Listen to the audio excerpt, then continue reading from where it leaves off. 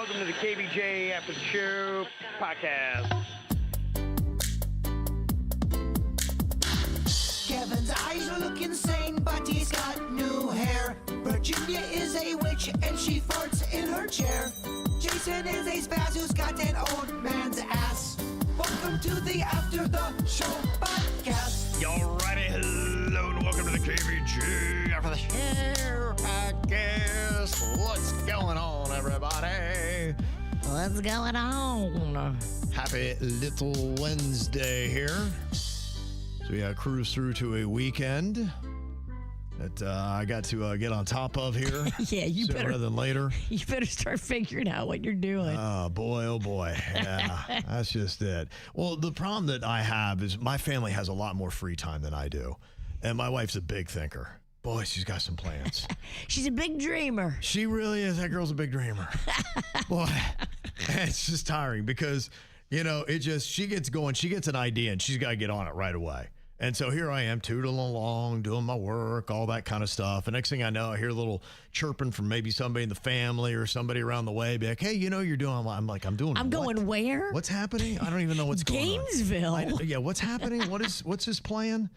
And so, yeah, I was talking about this a little bit on the regular show, but yeah, I found that that's it. I guess my son Cannon wants to go to the Morgan Wallen show in the Swamp this weekend. And I know South Floridian's going to go up there. It's a big show. He's a big country star. I've saw him down here in South Florida and loved the show. Hide your ladies and lock up your chairs. Chairs? Yeah, because he likes to throw them out the window. Oh, off the balcony. That's right. Yeah. That's right. I guess that joke is a little dated. Yeah, I'd forgot about that. That's right. I think he's turned the corner. I think they sat his ass down and said, what are you doing? Yeah, Don't F this up. He's got one more at least in him. Yeah, I think he does as well. But I think what they do a lot of times now is there's a lot of money that goes behind this. Look, Justin Bieber found that out. That was what really crushed him for a while, was he had that whole tour, and you have backers. You have people that throw in the money to get all serious. Look, have you ever seen some of these tours they do? They have like 18 semi-trucks. It's crazy. They're taking all the equipment. Like that, just to bankroll something like that, the gas and everything else that goes into it. It's a massive expenditure. And a lot of these artists, even if they're, you know, like a Justin Bieber, they may not have that kind of money right out of their own pocket. Go, here you go. There's talks where a band that was in their heyday and they're feeling themselves and they'd trash a hotel room, rack up, I mean, we're talking thousands and thousands of dollars. And sometimes, it was funny, it was cute, it was rockers being rockers.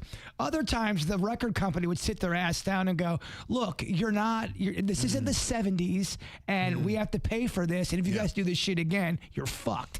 Yeah, no, that's it. And they'll say, you're a loose cannon. Because now with insurance and things like that too, you know, you get on the hook for all that. And these corporations are like, I'm not going to do it. So when Bieber did not go through with that tour, you know, they said his net worth took a massive crushing blow, you know, for that. So they've got to have all this money there behind them. So, yeah, for Morgan Wallen, I think somebody was like, let's look at the reality of the situation. Yes, you've made good money, but you have so many investors and all this stuff going in it that with liability, if you do this again, you get arrested or somebody's not going to insure your tour because you're a loose cannon, it's going to cost you hundreds of millions of dollars. There's old rockers that they do interviews now, and they will express regret, and they're ashamed. They go, I was dumb, I was young, I was on drugs, I was stupid. I didn't appreciate what I had. He goes, there's no excuse other than me being a fuckface and being wrong. And I at least admire, you know, some people say, it's too late to give an apology.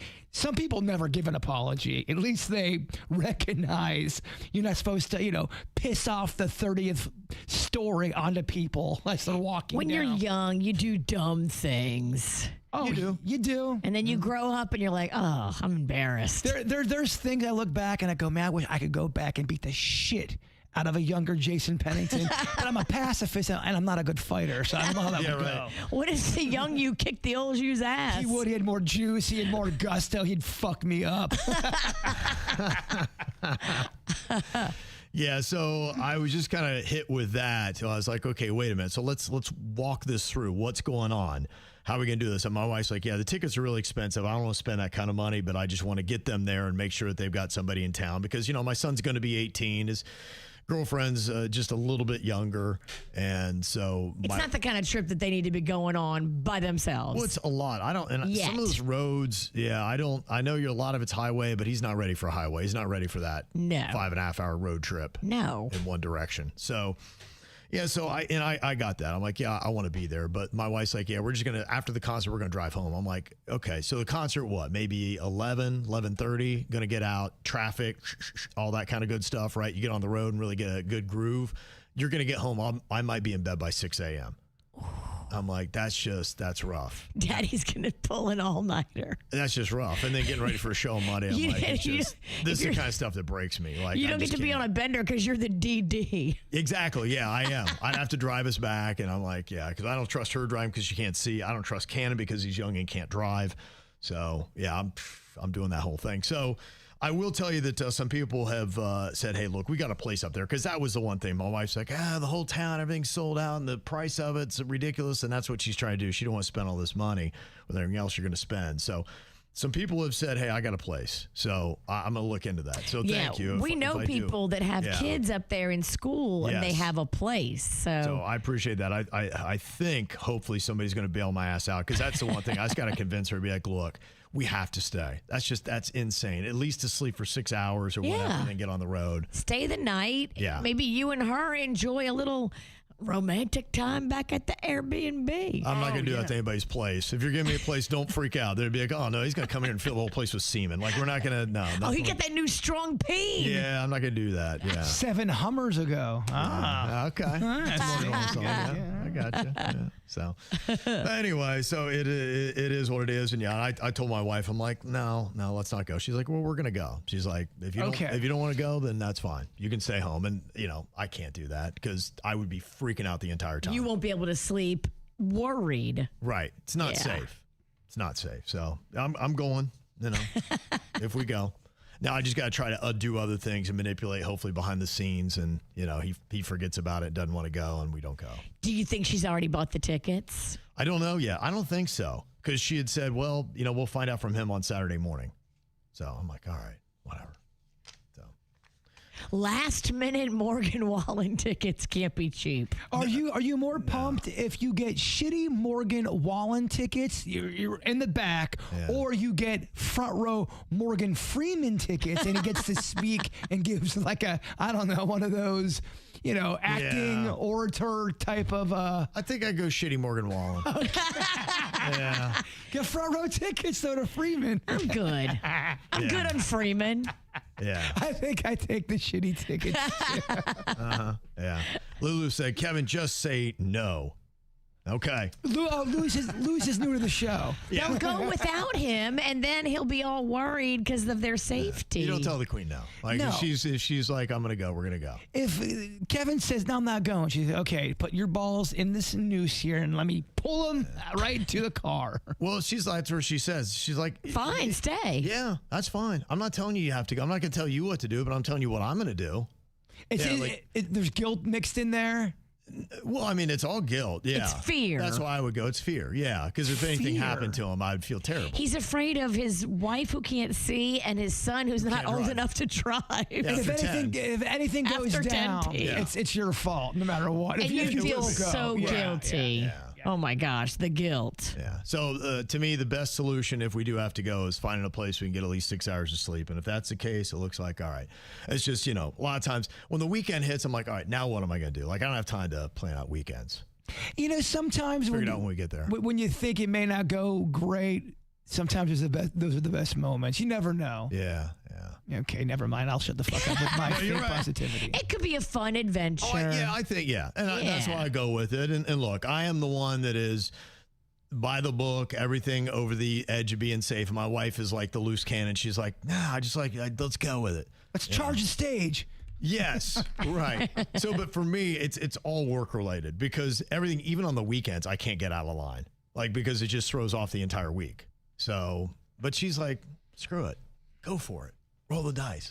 I think I'm past rolling the dice. Make videos. I want to see this dice rolling. Yeah, make sure you're doing work and editing at your concert. No, I will. Actually, I'll be taking the computer out because, I have to have the whole weekend playing out in my head. Well, I got to do all my work here then. I got to do it there. So we'll be prepared. But yeah, I'll let y'all know. We'll see what happens with that. Now, we had this question from Jeremy yesterday about who we would prefer, Adam Sandler or Ben Stiller. And today he said Tom Cruise or Tom Hanks, because I just watched Jack Reacher, the movie, last night with Tom Cruise. I like Tom Cruise movies better. Mm-hmm. I think Tom Hanks as a person I might like better, but there's all this weird internet shit about Tom Hanks, how he likes to... People try to make Tom Hanks into a deviant monster, but it's all internet stuff. He eats babies, and he's in that Illuminati type crew. I know, I've seen it. But when it comes to movies, I'm sorry, dog. I'm a Tom Cruise fan. When it comes to the movies, when he talks as a human being or whatever he is, a cyborg, he's a fucking maniac. Let's separate the man from the actor. They might both be weird and alien. Often I wonder, some of these actors, they're not acting. They're bringing some of their real life. Mel Gibson, some of those scenes, he's not acting. He's weird too. They're all weird. They're all fucking weird. Yeah. No, they are. Yeah, I mean, you look at what he's had. You look at Tom Hanks. He has had 20 movies over $100 million. It's a fair fight.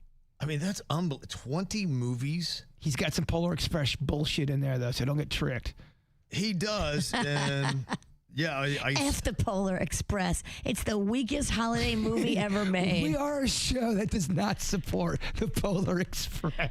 F that train. Someone sent me a message, and they were so pissed. I go, why are you guys always bagging on Polar Express? That's my son's favorite movie. I'm like, I don't want to tell you, the movie fucking sucks, dog. And your son has bad taste. I know he's 4, but tell him he sucks at picking movies. Believe me, there are times where I do want to write that. And by the way, your son's got really shitty taste. Why don't you show him a good movie? I blame you. Yeah, show him something good. Show him Splash. Or Christmas Vacation. Yeah, they have got his total gross of movies at about 4.5. I guess that's $1 billion. 4.5 billion? That seems low. I feel it does seem low. I feel like Tom Hanks has got more misses than Tom Cruise. You think so? I do. And I'm not saying he's got a lot of misses, because I think Tom Cranks. I think Tom Cranks. Tom Cranks. I think Tom Cranks is an amazing. That would be his porn name. Hello, Tom Cranks. And he just fucks everything. Forrest Gump, starring Tom Cranks. Tom Cranks. Tom Cranks. He'll leave you walking funny. Life is like a box, and you know what box we're talking about. Life is like a box. Yeah, they are. Yeah, okay. So I'm looking at a site that's massively wrong, because I don't know why it is, like when you go and do a search for something, I put in the same thing for Tom Hanks and Tom Cruise, and it gives me Tom Cruise's box office lifetime total easily, $13.3 billion. But it's not giving me Tom Hanks's. Just to come right up. The reason why that's always a tough one is people have a tough time separating Tom Cruise, the man, from the actor, and we're only talking about the actor because we all agree he's a lunatic. He looks crazy in real life. But the actor kind of nails it. The one Australian guy is interviewing him, and he keeps on going in hard about Nicole Kidman. And in my opinion, I don't think the journalist was asking anything out of line. But Tom Cruise, you can see him just start kind of getting mad. And I told you. My people told you. And he's like, well, people want to know, Tom. No, Peter. You want to know. Put your manners back in. Put your manners back in, which is a weird thing to say. Put your manners back in? What does that even mean? Tom Cruise, you're a celebrity. Calm the F down. The journalist is not the only person asking about Nicole Kidman. Lots of people want to know about your personal life. Because they think you're weird. We want to know what weird fucking shit you do alone when you're around her. Don't make us go ask her, because she might be ready to talk. I hope she talks. I wish she would tell us all the weird shit. He probably hangs upside down and eats live chickens. They Men in Black Katie Holmes. She don't fucking remember what happened for about 12 years. If you look at her, she's just kind of like glossed over. She got away. She got away. And she took her daughter, and she's like, But she has no idea what happened. She knows I didn't like it. She's like, I have a daughter, but I guess I was with Tom. I know that crazy Oprah video is still out there. She woke up with an 8-year-old. Yeah. What happened? Who are you? What's going on here? Yeah. Now, somebody said that Hanks is the more versatile actor, but arguably Tom Cruise has the better movies. So Tom Hanks can definitely do comedy very well, also can do dramatic, and he can kind of play a weirdo as well. Mm-hmm. Now, can Tom Cruise could Tom Cruise play a great psycho? He did a great job in Collateral. Mm-hmm. He played a badass. He plays the American hero type guy in Top Gun. So I think he can do it. Okay, there's a few good men in the Top Gun movies. I don't know the Tom Cruise movies I absolutely adore. Outside of that. Oh man. Keep it going. What else you got? For Tom Cruise? Yep. You've got Interview with a Vampire. I don't think I've ever seen that one. Okay. It's good. You've got Outsiders. You've got Jerry Maguire. You've got Jerry Maguire, good. Great movie. I'm blanking, but I know there's a billion more Tom Cruise movies that I do love. Mm-hmm. Okay. Vanilla Sky, I like. I thought that was a good movie. Yeah. I think there might be in the Jack Reacher. That's the one. It was okay in that. But if you knew anything about because it started as a book series, I guess, and both my dad and my father-in-law had read it, so it must be great for guys their age.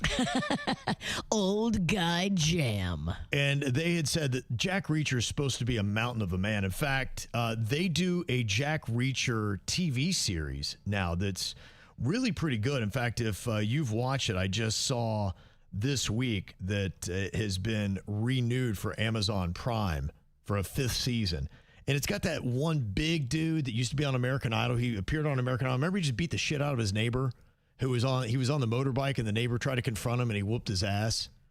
What was his name? Alan Rickman, I think's his name. Okay. Yeah, huge mountain of a man, but that's more like what Jack Reacher's supposed to look like. I'm looking at Tom Cruise movies right now, and dude, there's a fuck ton of amazing. The Firm. You've got Firm was good. Mission Impossible. You've got Minority Report, The Last Samurai. You've got Collateral. I didn't care for War of the Worlds. You've got Tropic Thunder, Edge of Tomorrow. True. Yeah. You've got another Mission Impossible, and then you've got Risky Business in the 80s. You've got The Color of Money. You've got Rain Man. Eyes Wide Shut. Eyes Wide Shut. Born on the 4th of July. Yeah. I mean, a shit ton of money-making movies right there. Yeah, no, I mean, these are two colossal giants at the box office going head-to-head in this one.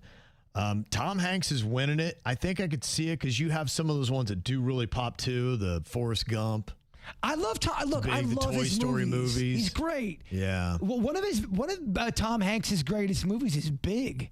Yes, He did a great job. But a lot of times adults don't know how to play a kid when they go, they do the crossover and they can't play a kid. He does a great job playing a kid. It comes up believable in my opinion. Mm-hmm. Okay. Yeah. So it looks like right now as people are voting Tom Hanks 66 to 34% with the win over Tom Cruise. They don't like Tom Cruise. I'm telling you. You don't think, and I asked whose movies are better, and they were going just on better, not who do you like better, whose movies are better.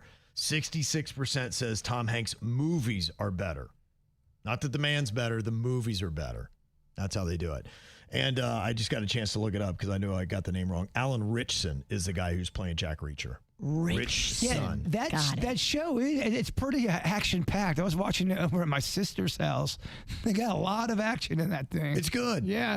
I didn't hate it. It was good. I've seen every season, every episode. I thought it was solid. If you like that kind of stuff too, did anybody else watch Chris Pratt's The Terminal List? It came out, I think, if I remember watching it during COVID. I guess it first debuted in 2022. So yeah, I was really in a binge watching groove at that point. But he plays a former Navy SEAL who investigates the murders of his family and best friend after his platoon is ambushed in Afghanistan. It's a pretty solid series and a nice twist ending. And they're going to be bringing back another season of that. I mean, you're waiting 4 years Isn't that wild how some of these shows are now? It's a long time, and it does make people lose. You lose a part of your audience. Yeah. Really, it's an extended movie. That's how you could look at the first one, how it went down. But yeah, you're talking 4 years, but it's going to debut October 21st of this year on Amazon Prime Video. So another season of that. They did that. Entourage was such a big show on HBO. It was huge. And then they waited a good, I think, like 12 years to make a movie about Entourage. It didn't hit. The gap was too big. Yeah, they waited too long. Yeah. Mm-hmm. Now, some other things that are going on. I got to tell you, the dude who runs Savannah Bananas, this guy's a freaking marketing genius. What he has made out of a minor league team that was nothing, couldn't draw flies, and what he has turned the Savannah Bananas empire into, where they're playing 100,000 seat stadiums. They're getting on ESPN. They're getting national television. They have more followers than the New York freaking Yankees. Wow. Well, because on social media. I mean, what the heck? It's unreal. It's a beast. You want to talk about a David and Goliath thing? This team is doing what it is, and now they have signed a Banana Ball League deal with Disney. Disney is going to have the streaming rights. Now, I think they had two teams. They have the Party Animals and something else, Savannah Bananas, Party Animals, and Wild Things. I thought they compromised, or they kept, at least the last thing I saw, and it might have changed, I thought they kept one real team to keep the locals happy, and then they had the Savannah Bananas. Yeah. And they sometimes will do a split squad kind of a thing. I think you're right. I think you actually have the minor leaguers that are trying to do it, and then the other ones are really like performers. It really is nothing but guys that could play baseball, but they want to be entertainers and they want to go on to do other things. It's really not even baseball. I would call it wrestling meets baseball that gives this hodgepodge of entertainment. Well, you know what? He found a gap. He said people want good, clean family entertainment at an affordable price. And you boil it down to what your mantra is. Now, I had a debate with the Queen today. She's like, oh, it's Disney. They're going to take all this money and being affordable is going to be over. I'm like, I don't think so. Because here's the thing is I don't think they're going to change the entrance price. They're only using it as a staging ground to get streaming rights for Disney. Disney cares about the streaming and the broadcast rights. They don't necessarily care about the games as much themselves. So I don't think that price is going to change. In fact, I bet the Bananas still hold on to regulating that. I hope you are right. Mm-hmm. I hope your wife is wrong, because when Disney gets involved, things that you love sometimes turn to shit. And it starts off subtle, and then all of a sudden you don't recognize the Savannah Bananas no more. And I'm not even talking about the price. I'm talking about if they're signing a deal with Disney and Disney has any kind of creative control, that's not a good sign. I have faith in this Jesse Cole, and that really is their mission statement that I just said. If he does that and allows Disney to now jack up the prices and you're paying $500 for Bananas tickets, he's broken what they're supposed to be. And when you break your mantra or your mission statement, that's when it all falls to shit. I can see Disney going, oh, so you want to do a farting contest at the beginning of the game? No, that does not go with the Disney. I'm just telling you, I've seen it happen with Star Wars. I've seen it happen with Indiana Jones. I've seen it happen with other franchises that were awesome. And Disney put its little rat fingers in there, and all of a sudden things start falling apart and turning into shit. I want to be wrong on this. Well, I hope, if he's smart, he would say, no, I maintain all creative control. When it comes to the venue, I control that. When it comes to the content, I control that. You guys are allowed to stream it and do whatever you want after you've recorded it. That's Disney's right. This is my right. That's your right. If Jesse Cole's smart, I really think he's smart as hell. But do you know who is cold and a great negotiator? The mouse. Mickey Mouse will be at that boardroom table going, nope. No, that deal does not work for me. No. Yeah. Well, either this could be the biggest thing for Savannah Bananas or it could be their death. Because if they betray that price point, especially now where the prices are, then you'll have less people showing up and they'll be like, Bananas, you had a good run. We liked you then. Yeah. I would tell him it would be the worst decision he's ever made if he does do that. Because they're probably going to throw him some really good money. I'm sure they will. Ask George Lucas how that all worked out for him. He got some good money, but they destroyed his franchise. Damn. Well, and that's why you got to keep the product first. You got to say some things aren't for sale. Like this cannot be for sale. You can buy this and you can distribute that, but you can't touch this. That's me. That's you. And if he was smart, he did that. We'll see what happens. But they say beginning this fall, Disney Plus is going to be serving at the exclusive U.S. home for the game, which is going to stream in October. Now, honestly, I got to tell you, I don't know if that's the right time of year because you're going to be going up against football. You know, that's going to be the heart of when football is really going to get going. Oh, the rat knows what he's doing. Okay, maybe. Now, they say the company said the event will feature all 6 banana ball teams. Wow, they got 6 now. 6 of them? Oh, and it's going to grow. It's going to be more because it is so popular. Yeah. If Disney doesn't, you know. Wow. Yeah, that's crazy. And like I said, it's now a lot of entertainers that may have enough baseball ability, and then they always work on trick plays. I've seen them. They had the ones where like a fly ball, instead of one guy catching, he just, like volleyball, he bats it back up in the air, and another guy bats it back up in the air. And so I think they kind of just practice all that stuff. Yeah, it's not real baseball. A routine play, they have to field it in a ridiculous manner. So if you're playing third base and a ground ball's hit to you, you got to catch it between your legs. It's almost like they get extra points or something. I saw a guy, he like bounced it between his legs like it was a basketball and then caught it right up and threw the guy out. I'm like, this is cool as hell. You're going to get booed if you don't do some crazy shit. Yeah. It's not like real baseball. It's actually fun to watch. Well, the one dude I told you this before. It's he doesn't have a baseball background, but he was great on stilts. He's a stilt runner. He's unbelievable. They go, all right, let's get this guy out here, teach him how to hit just a lob baseball. They get this guy up on stilts, and you see videos. I think that's one of their most viral videos of him hitting the ball in a game and then running down first base. And I think he was safe. They've been good at that. Yeah, they get a lot of viral moments. They had a guy named Riley Green. It's a decent, well-known country artist. And a lot of those guys love baseball. I love baseball in the South, and they love country music. And he went out there, sang a song, and went up to the bat and got a hit. And they're like, how cool is that, man? Freaking sang a song, got a damn hit. Well, you can get that everywhere. There was one where they let some guy, I think he was like 71 years old, and all he ever wanted to do was pitch in a professional game. Yeah. They let him come out. I think he got an out. And It's novelty stuff. You know what? It's little storyline stuff. It grabs your eyes. It's perfect. It's got a lot of heart. It's got, honestly, what Disney traditionally does. And now Disney feels heartless, and they feel like they kind of just go for the money. So it could be a great partnership if they hold on to it right. And talking about these guys, too, the other thing they're doing smart, they're getting young, hot dudes that always have their shirts off. And I saw one of the players for the Savannah Bananas has joined the cast of Dancing with the Stars. Which is also a Disney product. Yeah. So, I mean, what a great to tie that in. Always have a Bananas player on there to promote what they, I mean, you know, I remember when I was a kid, the Harlem Globetrotters were a big deal. In fact, they were so big, they were putting them in my cartoons, the Scooby-Doo cartoons. Oh, yeah. This is that. Yeah, it is the modern version of what I grew up with, except it's just baseball instead of the basketball. Well, you know what he did was he saw a hole during a time. Look, if it bleeds, it leads. There is so much negative shit that is all people report and talk about. If you put on the news or anything on YouTube, it's something to scare the fuck out of you, or there's a UAP over your house, or there's a new pandemic, or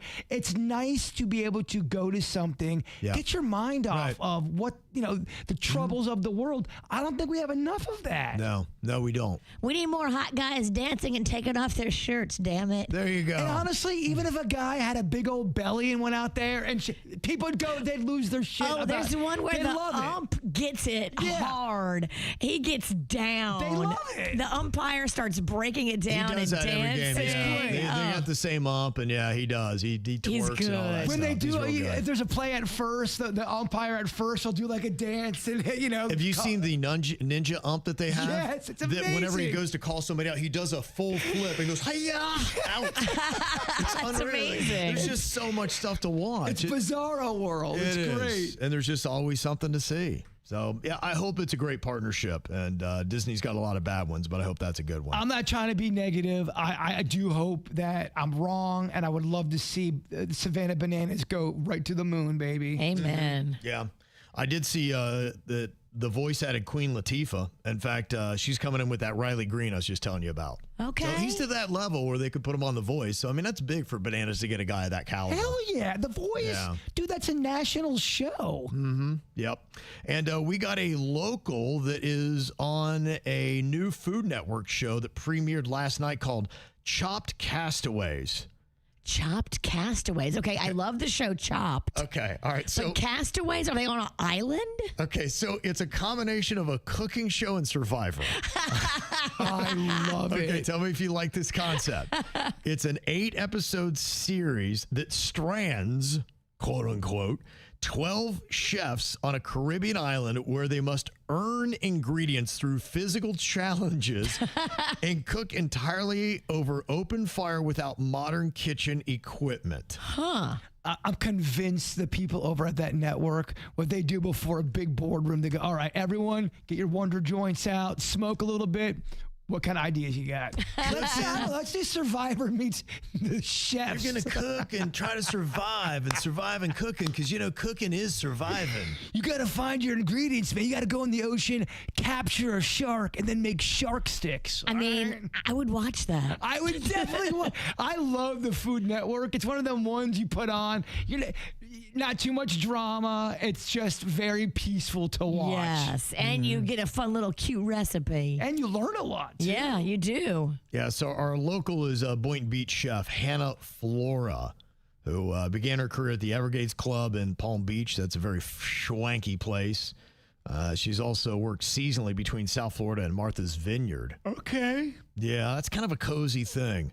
People that travel like that. I've met a couple bartenders, even a DJ that they travel with where the high-end crowd is from here to Martha's Vineyard, the Hamptons, or wherever it is. So where's that at, Martha's Vineyard? That's on the east or west coast? East Coast. Okay, East what's Coast. the one out in the west everyone always goes, the winery country? Napa. Napa, okay. Valley. That's west. Which yeah. one's better, you think? They're just different. So Martha's Vineyard is not known just for wine. Napa's known like wine. And it's beautiful. Don't you like you're sitting over this beautiful? I think they're both gorgeous. Okay. But Martha's Vineyard, I think, is more like a vacation destination. Yeah. Where there's tourism, there's cottages, there's things to do. It's not just about wine. I'm just now learning about wine. I finally kind of mastered the wine section at my liquor store. Okay, good. I'm getting there. All right, yeah. That's got a fine wine Have you section. graduated from Yellowtail? Oh, yeah. We do something called Josh now. Josh is really good. That's Yeah. my go-to. And the reason why I remember it is because it's Denny's name. I'm like, I can't forget this shit. Josh and 19 Crimes. I did 19 Crimes is the Those other are the one. best. Yeah, I mean, that's for me, that's when I go fancy because my wife will buy like $4 bottles, which is just shit. But I bought Honeyface 19 Crimes and she loved it. you can't go wrong with it. Did you buy the Snoop Dogg one? Yeah. Yeah, the Snoop Dogg, yeah. That's It's the way to irresistible. go. I mean, Well, come on. Snoop. Come on. It's Snoop. You have to buy it. That's the way to go. Yeah, so this Hannah Flora, I guess that's kind of what she does. I mean, she cooks at, like Meisner Country Club and, places like that, Addison Reserve, all the schwanky names we have here.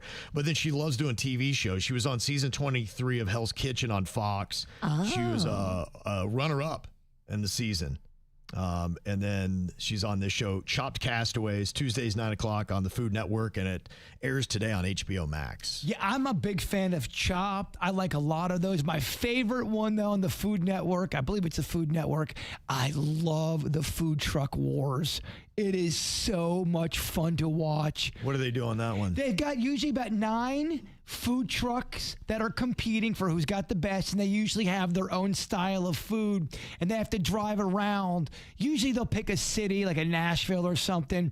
They have to find the spot, and that's part of the challenge. So if you park somewhere and it's dead, that's going to hurt your kitty at the end. Wow, you can just roll up anywhere? You can, yeah. You have to make sure it's in a permit. You can't break the laws on all that. Gotcha. But yeah, and then what they do is they'll have competitions.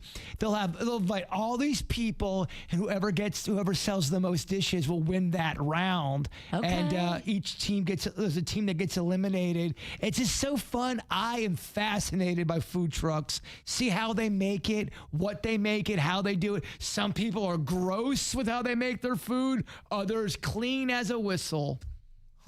It's a good show. Never know what you're going to get, huh? Yeah.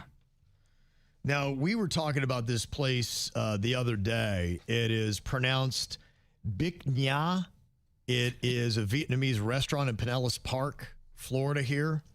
And I was telling you about Julian Becerra, who went to the restaurant and met the owner, which is the place called Beautiful Jade. But because it looks like Bichnga, people are, they pronounce it the way it's not supposed to be said. Bic Nha is actually how it's supposed to be said. But said, I heard you talking about that influencer, Julian Baraka, who or Becerra, who made the video about the restaurant. Not sure how much of a deep dive he did, but I found on YouTube that he had posted a video, and by the end, I was in tears. He went back a second time and learned a little more about the owner. She had a similar cafe in Vietnam that she lost during the war. Wow. She then lost her husband, had a stroke, lost her driver's license and car, and she's homeless, yet she's happy. And Julian felt moved by her story and felt compelled to start a GoFundMe to help her with housing and also to give her a trip back to Vietnam to visit family. Aww. And $192,000 so far. Damn. Angie sent that in.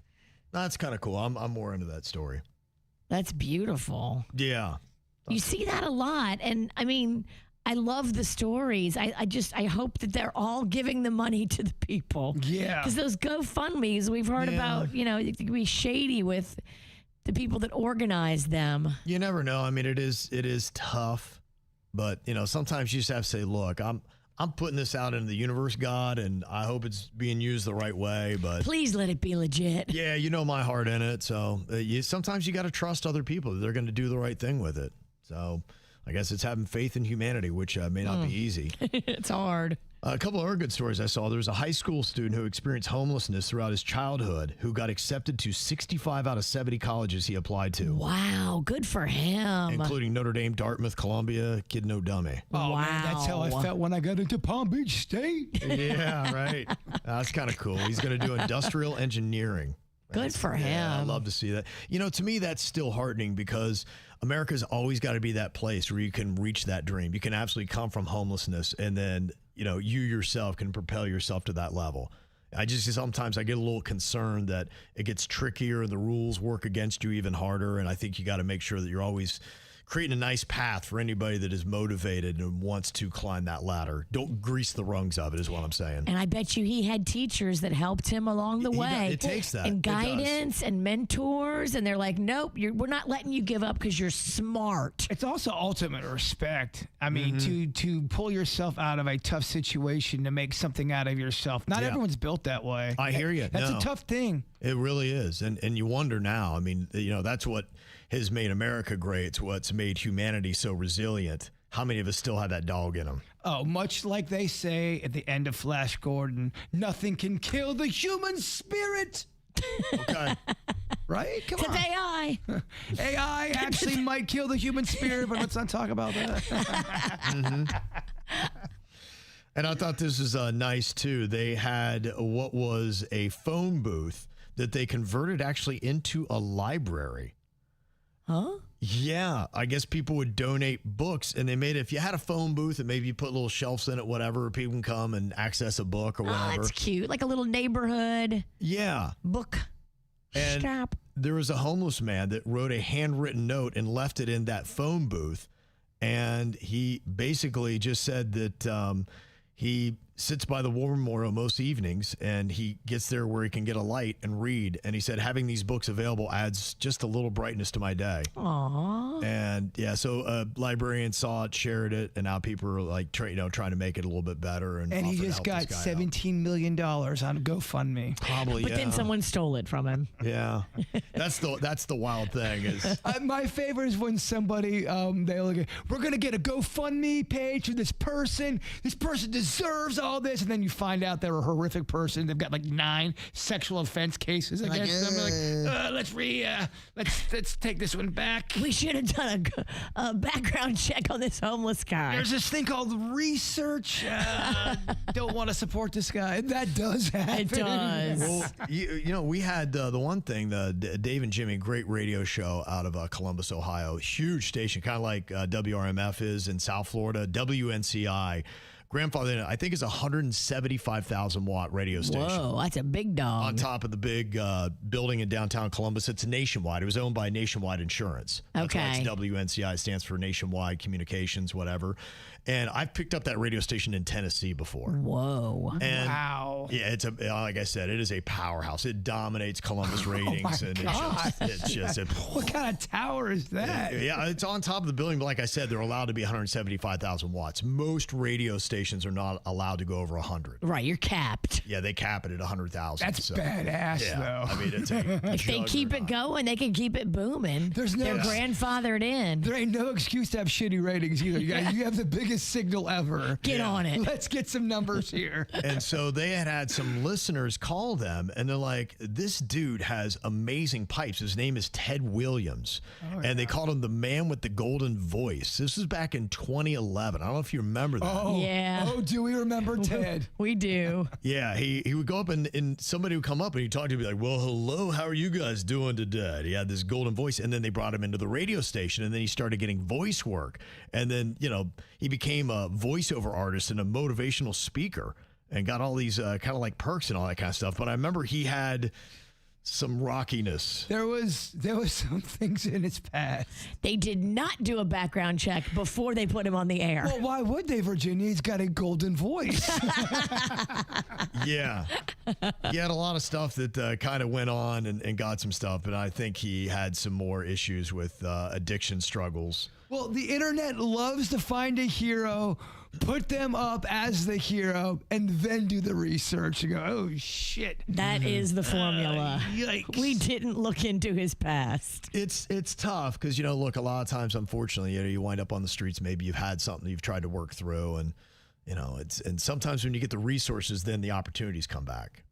So No, sure. I'm just going on optics. It's just funny how this guy got all these gigs, golden voice. He's on the morning shows. He's this, and oh, wait a minute, we forgot to tell you guys about this past. Wait a minute. So he continued to battle, but I think the last that they'd seen from him, it hasn't really no update since 2012. But apparently he was working to get cleaned up, and he talked about finally beginning to reconcile with his 9 children. Whoa. And There was was some- living with his fiance. There was some issues there, Virginia. So you never know. So I mean, I think when you do that, you realize, okay, but at the same time, who doesn't have 99 issues? problems, but making babies ain't one. But I tell you what, wow. though, that fucker's voice. No wonder he's damn Strong homeless. as his dick. He had a golden voice and a golden dick. Yeah, golden dick. Kevin, you got to ask that man his secret. 0 peen problems. Yeah, no. He don't need no total men's health. Dog is all ready to go. He's got Always golden ready. dick. That's it. He's got the golden dick. Kevin's got the olden dick. All right, y'all. Well, thank you so much for them emails. You can send them to us at mail@kvjshow.com. Enjoy your day. We'll see you back here tomorrow. Goodbye.